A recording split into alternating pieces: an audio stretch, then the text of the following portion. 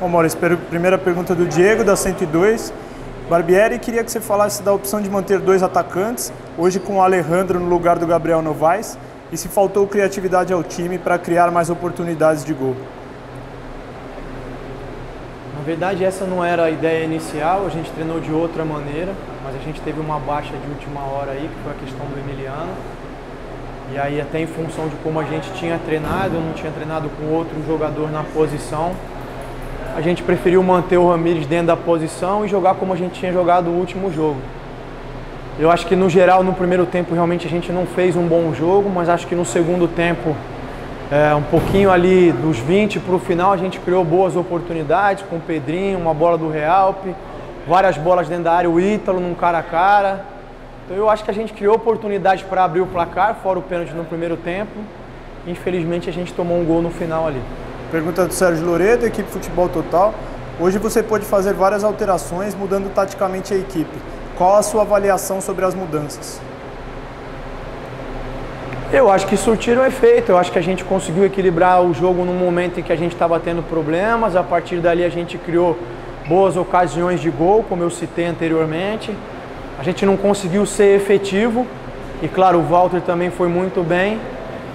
E aí no final eles fizeram um gol num momento ali em que a gente tinha que ter um pouquinho mais de equilíbrio, um pouquinho mais de maturidade para não oferecer essa circunstância. Segunda pergunta do Loredo, novamente sobre a escolha do batedor de pênalti, por que não o Ítalo sem o Arthur em campo? Bate quem treina. Pergunta do Rodrigo, do Correio de Atibaia. Hoje dá para dizer que o time teve uma queda de rendimento em relação a outros jogos?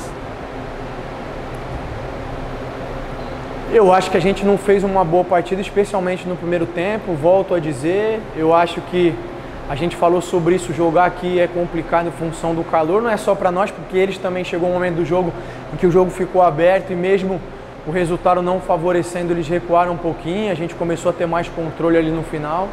Eu acho que o que faltou foi a gente conseguir ser mais efetivo nas chances que a gente teve boas chances de fazer o gol e não conceder as oportunidades como essa última.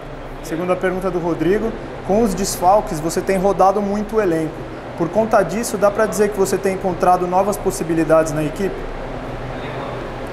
Tenho procurado, eu acho que a gente tem feito aquilo que é possível fazer, tem tentado fazer os ajustes, tem alternado os jogadores.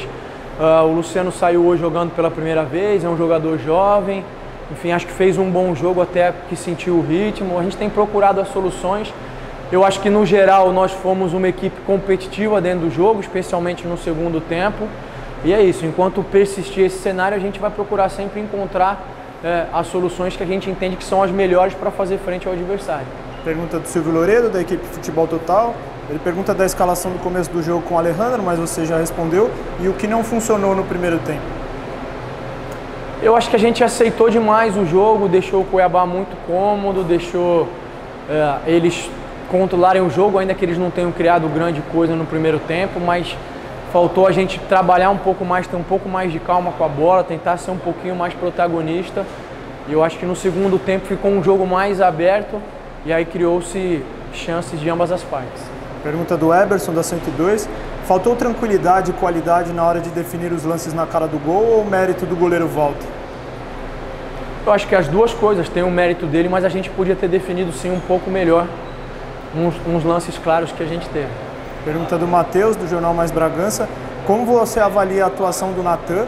Você percebeu um pouco de falta de segurança na parte defensiva por conta do desfalque do Fabrício Bruno?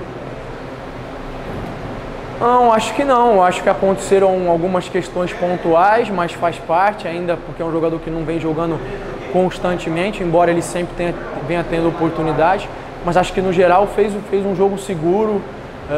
Avalio como positiva a atuação dele, ainda que tem aspectos a melhorar, como todos. Pergunta do Tarso, da 102. Como superar as dificuldades da equipe no meio-campo devido aos constantes desfalques nesse setor? Trabalhando, buscando as soluções, dando oportunidade para aqueles que estão no elenco, enfim, que a gente tem tentado rodar, tem tentado alternar as coisas aí. Volto a dizer, tem equipes com orçamento e elencos muito maiores que estão constantemente se queixando do desfalques aí. Eu acho que faz diferença, claro, para eles, como faz para nós também. A gente só não está entoando esse discurso porque eu tenho que valorizar e tenho que respeitar quem eu tenho aqui, quem vai entrar, que é quem vai resolver o nosso problema.